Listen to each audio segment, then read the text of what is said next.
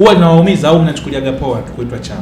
Yaani vinavyoumiza ni kwamba wanavyoandika ile neno chawa, sisi wanatuchukulia kwamba yani kila kitu tunafanyiwa, kwa hiyo hatuna uchungu yani wao ndo wana uchungu. Lakini kumbe sisi ndo tunaumia.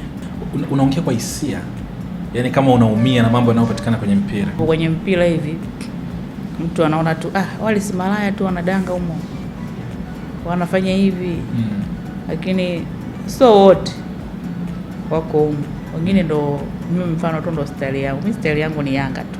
Mimi sipo, ila wapo wanaoishi hayo maisha.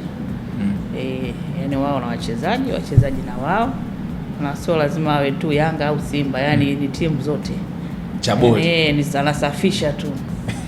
Sio shida zake. Anapita tu. Hata hao wadangaji tu wa mitaani wanakuja huko, washaona ndo sehemu ya soko. Sehemu ya soko.